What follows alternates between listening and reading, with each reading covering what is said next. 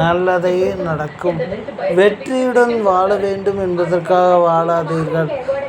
நியாயமாகவும் நேர்மையாகவும் வாழுங்கள். வெற்றி என்பது நிரந்தரமற்றது. ஆனால் நியாயமும் நேர்மையும் திறமையும் நிரந்தரமானது. எப்பொழுது வாழ வேண்டுமோ அப்போது வாழ வேண்டும். எப்போது தாழ வேண்டுமோ, அதாவது மற்றவர்களிடம் எப்போது தாழ வேண்டுமோ அப்போது தாழ வேண்டும். தாழ்ந்து போவதென்றால் அடிமைத்தனம் அல்ல,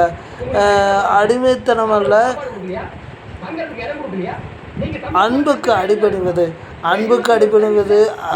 பரிவுக்கு அடிபடிய வேண்டும்.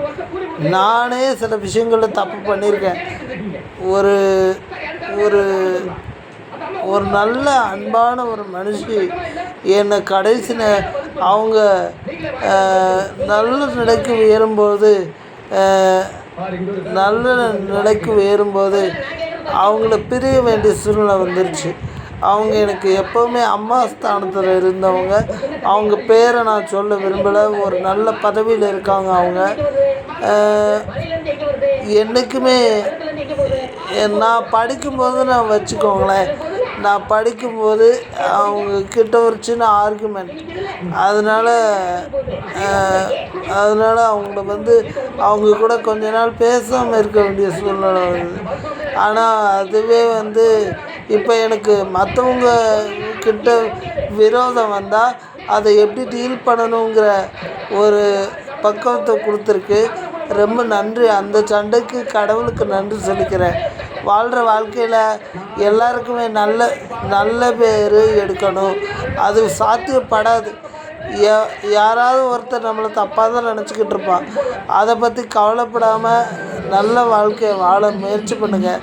நல்லதே நடந்து எல்லாரும் வெற்றி பெற்று நல்ல இடத்துக்கு வரணும். வாழ்கிற வாழ்க்கையில் நல்லதுக்கு காலம் இருக்கிறது. காலம் இல்லைன்னு சொல்கிறவன் இயலாமையில சொல்லுவான். அண்ட் மோரோவர் நல்லதுக்கு காலம் இருக்கிறது. தனக்கு நல்லது நடக்காத விருட்சியில் நான் எத்தனை பேருக்கு நல்லது பண்ணியிருக்கேன். ஆனால் எனக்கு நல்லது நடக்கலை. நல்லது காலமே இல்லை. நல்லதுக்கு காலம் இருக்கிறது. நீ செஞ்ச வேலைக்கா நல்ல வேலை செஞ்சுருக்கல, அப்போ நீ செஞ்ச வினைக்கான விளைவு நல்ல விளைவாக உனக்கு சேரும். என்ன கொஞ்சம் காலதாமதமாகும். அதுதான் வித்தியாசம். எப்படி வாழ்கிறோம், எங்கே வாழ்கிறோம், என்ன மாதிரி ஒரு வாழ்க்கை அமையுது, எல்லாமே கடவுள் தான் முடிவு பண்ணுவார். கடவுளை பொறுத்த வரைக்கும் மனுஷன் நல்லா இருக்கணும், அவனுக்கு ஒரு நல்ல எண்ண ஓட்டங்கள் அமையணும், இதுதான் நினைப்பார். கடவுள் மனித ரூபம் எடுப்பார். அது முதல் ரூபம் தாய், ரெண்டாவது ரூபம் தகப்பன், மூணாவது ரூபம் குரு. ஆனால் தாய் தகப்பனை விட மிகச்சிறந்தது குரு தான். தாய் தகப்பன் ஒருவித சுயநலம் இருக்குது. எந்தவித சுயநலமும் இல்லாமல் கிடைக்கிற அன்பு குருவுடைய அன்பு, நண்பனுடைய அன்பு, நல்லா இருக்கணுங்கிற பெரியவர்களுடைய, ஒருத்தர் நல்லா இருக்கணும்னு நினைக்கிற பெரியவர்களுடைய அன்பு. தாயோட அன்பு நான் குறை சொல்ல விரும்பலை. பெற்றதுனால வர்ற அன்பு தான் தாய் அன்பு. பெற்றதுனால வர்றது தான் தகப்பனுடைய அன்பு. ஆனால் ஆசிரியர்களோட அன்பு, ஒரு மாணவன் நல்லா இருக்கணும்னு நினைக்கிறாங்க இல்லையா, அந்த நினைப்பு எந்த விதமான அன்பு தெரியுமா? எதுன்னே தெரியாமல் ஒருத்தர் மேலே யாருன்னே தெரியாமல் தன் பிள்ளைக்கு நிகராக ஒரு ஆசிரியர் நினைக்கிறாங்க இல்லையா, அதுதான் சூப்பர். பெற்றவங்க மாதிரி சில கடமைகளை செய்வாங்களான்னு ஆசிரியர்களை பார்த்து கேட்பீங்க. அது தவறான கேள்வி. அது உங்களுடைய அறியாமை. கல்வி அறிவை கொடுக்கறது எல்லா கடமைக்கும் மேலானது. அந்த கடமையை ஒரு ஆசிரியர் நல்லபடியாக செஞ்சுருக்காங்க. பல ஆசிரியர்கள் எனக்கு உதவி தான் இவ்வளோ தூரம் வந்திருக்காங்க.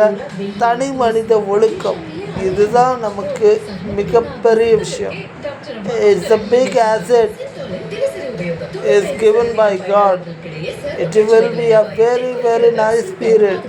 You will just be maintain your discipline at any cost. You just be wait for some time to happen. It will be a very, very useful way of doing it. And once will be the man or people should discipline yourself. You definitely succeed something on this. Thank you so much, one and all, to see my videos. Please subscribe my channels and subscribe my channel and like my videos. Thank you.